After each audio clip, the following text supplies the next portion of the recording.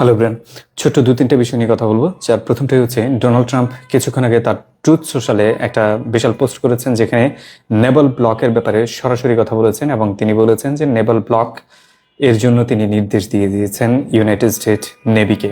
এটার মিনিংস হচ্ছে United state navy এখন থেকে হরমুজ স্টেটের দিকে যাওয়া এবং আসা যত ধরনের শিপ রয়েছে তার প্রত্যেকটাকে তারা টার্গেট করবে।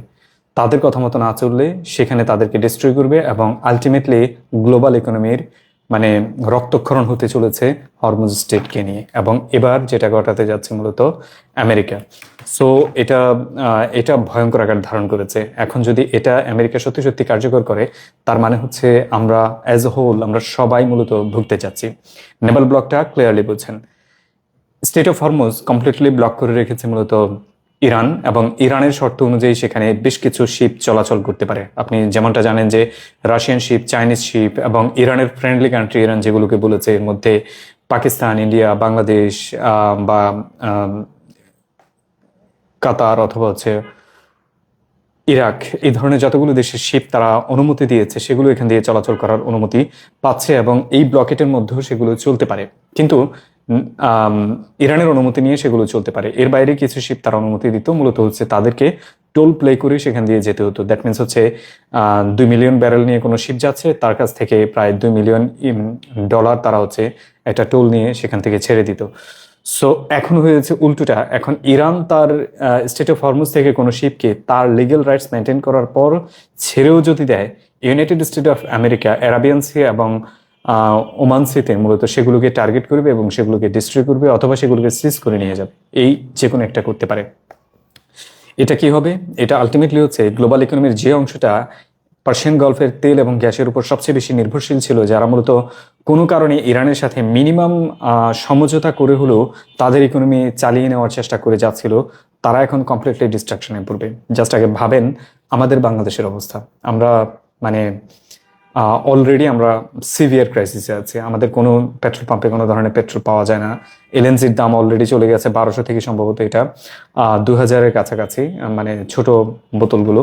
সো আলটিমেটলি বাকি যেগুলো রয়েছে সেগুলোর অবস্থা আরও ভয়াবহ হতে যাচ্ছে, এবং নেভাল ব্লকের কারণে নট অনলি জাস্ট যে গ্যাস এবং তেলের বাজারে বড় ধরনের ইফেক্ট করবে, আলটিমেটলি এটা entire as a whole all ইকোনমির উপর ইমপ্যাক্ট করতে যাচ্ছে।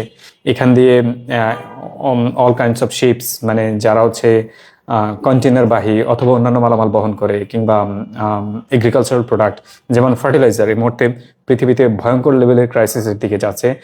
ব্ল্যাক রক সম্ভবত কিছুদিন আগে ক্লিয়ার একটা অ্যাজাম্পশন দিয়েছে যে নেক্সট 1-2 মান্থের মধ্যে সারা পৃথিবী জুড়ে ফার্টিলাইজারের ভয়ঙ্কর একটা ক্রাইসিস চলতে যাচ্ছে, এবং যা আগামী 4-5 মাসের মধ্যে মূলত টোটাল এগ্রিকালচারাল প্রোডাক্টে সারা পৃথিবীতে ইমপ্যাক্ট করতে যাচ্ছে। সো ট্রাম্প নেভাল ব্লক দিয়েছে মূলত ইরানের উপর জিদ করে। এটা কোনো স্ট্র্যাটেজিক প্ল্যান থেকে আসেনি, ইরানের উপর জিদ করে। এর পেছনের কারণ কি? কারণ গত পরশুদিন ইসলামাবাদের যে নেগোসিয়েশন হচ্ছিল, সেই নেগোসিয়েশনে ট্রাম্প লিটারালি দাবি করে বসেছে যে স্টেট অফ হরমুজের যে টোল আদায় করা হবে সেই টোল আমেরিকা এবং ইরান যৌথভাবে আদায় করবে। দ্যাট মিনস হচ্ছে এখান থেকে যে টাকা আসবে সেই টাকার একটা অংশ ইউএসএ নেবে, একটা অংশ ইরান নেবে, সাথে ওমান নেবে। বাট ওমান এবং ইরান এটা কমপ্লিটলি মানে প্রত্যাখ্যান করেছে। তারা ক্লিয়ারলি বলেছে এটা তাদের সভরেন রাইট। এন্টায়ার হরমুজ প্রণালী যেখানে আছে সেটা তাদের মানে ডোমেস্টিক ওয়াটারওয়ের মধ্যে পড়ে, এবং এটা তারা ছাড়া অন্য কারো এটার ওনারশিপে আসতেই পারে না, এবং ইউনাইটেড স্টেট অফ আমেরিকা তো নাই। সো তারা এটা ডিনাই করেছে। যখন আমেরিকা দেখতে পাচ্ছে যে বিশাল একটা অর্থ, মানে প্রায় অ্যাজ এ ইয়ার শেষে এটা প্রায় 70 থেকে 80-90 বিলিয়ন ডলার, কখনো কখনো 100 বিলিয়ন ডলার অ্যাজাম্পশন করা হচ্ছে যে এই পরিমাণ অর্থ এখান থেকে আদায় হবে এবং আমেরিকা এখানে কোনো ধরনের মানে ভাগ পাবে না, তখন আমেরিকা এখানে জোর খাটানোর চেষ্টা করে যাচ্ছে ইরানের উপর, মানে রাগ করে, আলটিমেটলি অন্য কোনো কারণ নেই, রাগ করে, এবং ইরানের উপর মানে প্রতিশোধ নিতে গিয়ে সারা পৃথিবীকে এই মুহূর্তে আমেরিকা বিপদে ফেলতে যাচ্ছে। সো আমরা অলরেডি জানি যে যখন ইরান নেভাল ব্লক দিয়েছিল, ইরান যখন হরমুজ স্ট্রেট কমপ্লিটলি ব্লক করে দিয়েছিল, তখন পেট্রোল প্রাইস আলটিমেটলি হচ্ছে ক্রুড অয়েলের প্রাইস $112 কি $15 পর্যন্ত চলে গিয়েছিল। আজকে আমি দেখতে পেলাম যে মানে অয়েল জায়ান্টগুলো সারা পৃথিবীকে একটা মানে কিছুক্ষণ আগে একটা মানে ওয়ার্নিং দিয়েছে যে ultimate oil price, crude oil price $150 hit করতে পারে উইদিন উইক। কারণ হচ্ছে যে মিনিমাম ফ্লোটা হচ্ছে হরমুজ স্ট্রেট দিয়ে থাকতো, সারা পৃথিবীতে তেল যেত, সেটাও এখন বন্ধ হয়ে যাবে। সো বিপদে থাকবে কে কে? শুধুমাত্র চায়না এবং রাশিয়া ছাড়া আর ইরান ছাড়া সারা পৃথিবী। সারা পৃথিবী মিন সারা পৃথিবী, ইভেন ইউএসএ। এবং এই পেট্রোল ক্রাইসিসে আলটিমেটলি সবচেয়ে বড় বিপদে পড়তে যাচ্ছে ইউএসএ নিজেই।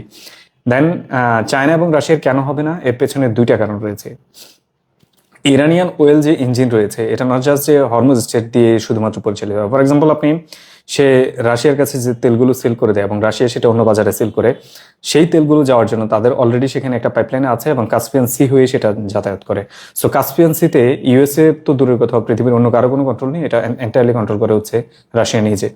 সো কাস্পিয়ান সি হয়ে আমেরিকা রাশিয়ার বাজারে সে নিজে তেল সেখানে বাইপাস করে দিতে পারছে। সো ইরানের অয়েল ইকোনমি এদিক দিয়ে স্টেবল। দ্বিতীয়ত, চাইনিজ শিপে আমেরিকা অ্যাটাক করে যদি কোনো কারণে চাইনিজ শিপকে সে মনে করে যে সে ডিস্ট্রয় করে এখানে টিকে থাকতে পারবে, হুইচ ইজ গ্রেভ মিস্টেক।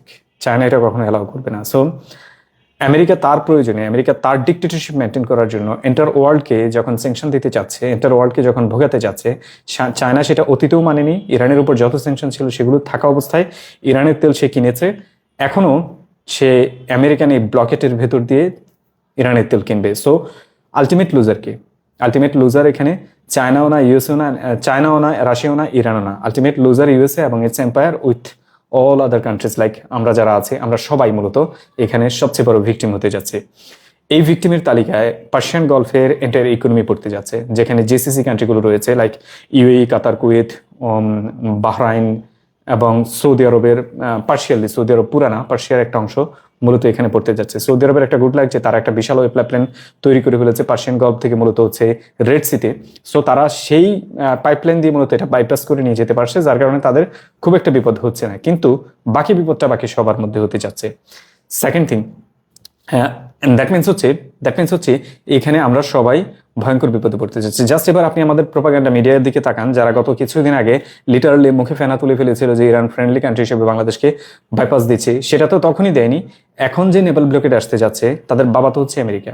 আমাদের গভর্নমেন্টের লিটারালি বাবা হচ্ছে আমেরিকা। যাক, গিয়ে বলুক যে আমাদের শিপগুলো ছেড়ে দাও, মানে খাস বাংলায় বললে থাপড়াবে, ঠিক আছে? সো সেই অবস্থা হয়ে আছে, আমরা তো সেটাও পারবো না। সো আমাদের ইকোনমি ডাইং সিচুয়েশনে আছে অলরেডি। আপনি তেল পাচ্ছেন না সারা রাত্রে লাইনে থেকে, আগামী সারা রাত না সারা সপ্তাহ লাইনে থেকে এক ফোঁটা তেল পাবেন না, এই অবস্থা হতে যাচ্ছে, শিওর থাকেন।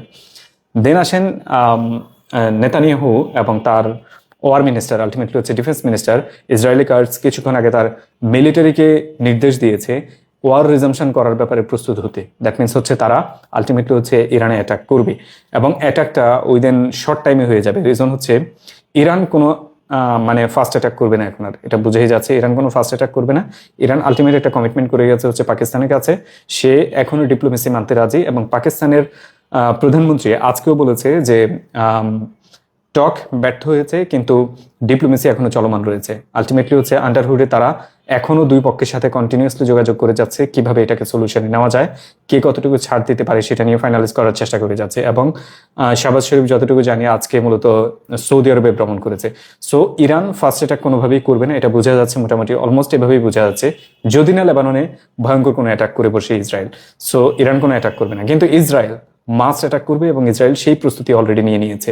দ্যাট মিনস হচ্ছে ইসরায়েল আলটিমেটলি আবার ওয়ারটাকে রিজামশন করার জন্য অল কাইন্ডস অফ প্রিপারেশন তারা নিয়েছে এবং সাথে ইউএসএ নিয়েছে। ইউএসএর KC-130, KC-5 এবং হচ্ছে C-17 এবং C-5 এই ধরনের যতগুলো প্লেন রয়েছে, গত 48 ঘন্টায় সবচেয়ে বেশি মুভমেন্ট হয়েছে মূলত ইউএসএ থেকে জার্মানি হয়ে মূলত মিডল ইস্টে। এবং বেনগুরিয়ন এয়ারপোর্টে এই মুহূর্তে সবচেয়ে বড় C-17 এবং KC-130 বহর রয়েছে, যার মিনিংস হচ্ছে তারা ফুল প্রিপারেশনে আছে এন্টায়ার মানে এয়ার অ্যাসল্ট করার জন্য ইরানের উপর। ইরানের যতগুলো ইনফ্রাস্ট্রাকচার তারা রিবিল্ড করার চেষ্টা করেছে। ফর এক্সাম্পল হচ্ছে রেলিং প্রজেক্টগুলো যেগুলো ডিস্ট্রয় করে ফেলেছিল, ইরান উইদিন 72 ঘন্টা সবগুলো রিস্টোর করেছে। চান্সেস আর হাই যে এগুলো আবার তারা ডিস্ট্রয় করবে। এবং এর পাশাপাশি যত ধরনের ইরানের ইকোনমিক্যাল ইনফ্রাস্ট্রাকচার ছোট ছোট রয়েছে, অলরেডি তো বড়গুলো তারা ডিস্ট্রয় করে দিয়েছে, ছোট ছোট রয়েছে, তার প্রত্যেকটাকে সম্ভাবনা আছে যে এই মুহূর্তে ইউএস এবং ইসরায়েল মিলে কম্বাইন্ড অ্যাটাক করবে। এবং ইউএস এর আলটিমেট গোল হচ্ছে পার্সিয়ান গলফের কন্ট্রোল ইরানের হাত থেকে এই মুহূর্তে ছাড়িয়ে নেওয়া, যেটা অলরেডি ইরান কোনোদিন কন্ট্রোল করেনি, সেটা ইউএস এর কারণে ইরান এখন কন্ট্রোল করতে যাচ্ছে। ইরান এটাকে সভরেন রাইট মেনেছে এবং ইরান এটার উপর টোল বসিয়েছে। যে ঝামেলাটা পুরোটা পাকিয়েছে ইউএসএ, এবং সেই ঝামেলা থেকে বের হওয়ার জন্য ইউএস অলরেডি এখন আবার ওয়ারের দিকে এগুচ্ছে। কোন লেভেলের পাগল ভাই, আগে ভাবেন। মানে ক্র্যাক তো দুনিয়াতে অনেক আছে, এর চেয়ে বড় ক্র্যাক দুনিয়াতে আছে কিনা আমার জানা নেই। ইনফ্যাক্ট আমি তার ট্রুথ সোশ্যালে যেই স্টোরিটা সে শেয়ার করেছে, বিশাল একটা গরু রচনা লিখেছে। সে তো অ্যাকচুয়ালি হচ্ছে কিবোর্ড প্রেসিডেন্ট। সো বিশাল একটা গরু রচনা লিখেছে, এটা আমি পড়লাম। সেখানে দেখলাম যে সে খামিনির জায়গায় লিখেছে খুমিনি। সে সম্ভবত এটাও জানে না খামিনিকে আর খুমিনিকে। খুমিনি হচ্ছে 1979-এ যিনি রেভলিউশন লিড করেছেন, তিনি হচ্ছেন খুমিনি। আর যিনি কিছুদিন আগে অ্যাসাসিনেশন হয়েছেন, তিনি হচ্ছেন খামিনি। সো সে লিখছে ওখানে খুমিনি। দ্যাট মিনস হচ্ছে সে এটাও জানে না ইরানের কোন লিডারকে সে অ্যাসাসিনেট করেছিল। এই হচ্ছে আমেরিকান প্রেসিডেন্সি, এই হচ্ছে আমেরিকান অবস্থা। So it's getting so hard, so tough, and আমরা লিটারালি ভয়ঙ্কর লেভেলের ক্রাইসিসে পড়তে যাচ্ছি। এবং তেল নিয়ে প্রথমবার যখন আমি ভিডিও করেছিলাম, আমার সম্ভবত শুধুমাত্র তেলের ইস্যু নিয়ে এটা মতো 4th কি 5th ভিডিও যাচ্ছে। এবং তেল নিয়ে প্রথমবার আমি যখন ভিডিও করেছিলাম, আমি ব্যাকলাসে শিকার হয়েছি। আমাকে ভয়ঙ্কর লেভেলের মানে ভার্বাল অ্যাবিউজ করেছে আমার ইনবক্সে, যে আমি নাকি প্যানিক তৈরি করি। অলরেডি এখন এন্টার কান্ট্রি প্যানিকে আছে যে সারা দেশে কোনো তেল নেই, অ্যান্ড ইউএসএ নেভাল ব্লকেট দিয়েছে। আমরা তো তেলের ব্যাপারে শিওর থাকেন যে উই আর ডাইং। দেন হচ্ছে বাকিটা কোথায় যাবো এবার? বাকিটা হচ্ছে আমরা এখন যাওয়ার কোনো রাস্তা নেই। আমরা তেল নিয়ে লিটারালি ফেঁসে গেছি এবং এই ফাঁসা থেকে বের হওয়ার কোনো রাস্তা নেই। গডসেক, আমি জানি না আমাদের গভর্নমেন্টের প্ল্যান কি, এখান থেকে উত্তরণের কোনো রাস্তা তো মানে অল্টারনেটিভ ওয়েল সোর্সের ব্যাপারে তো কোনো কথা শুনি না। যতটুকু দেখতে পেলাম যে রাশিয়া থেকে তেল কিনবে ইন্ডিয়ার ভায়া হয়ে, মানে সেটাও ডিফারেন্ট কেস। এটা বলতে গেলে আমি অনেকের শত্রু হয়ে যাবো। সো ফরগেট ইট, আমি এখানে আর কিছু বলছি না। এটাও ভয়ঙ্কর লেভেলের জাতির সাথে প্রতারণা, দ্যাটস ইট, এইটুকু বলতে পারি। সো ওয়ার্স্ট সিনারিওর জন্য প্রস্তুত থাকেন। খারাপ দিন আসছে এবং ভয়ঙ্কর লেভেলের খারাপ দিন আসছে। এবং আমেরিকা যেভাবে চলছে, সে কোনো ডিপ্লোমেসি মানে না। দ্যাট মিনস এটা সলিউশন কোনোভাবে এত সহজে হবে না, এবং ওয়ার্ল্ড গ্রেভ ক্রাইসিসে পড়তে যাচ্ছে, এবং আমরা ইনক্লুডিং এভরিওয়ান। Thank you.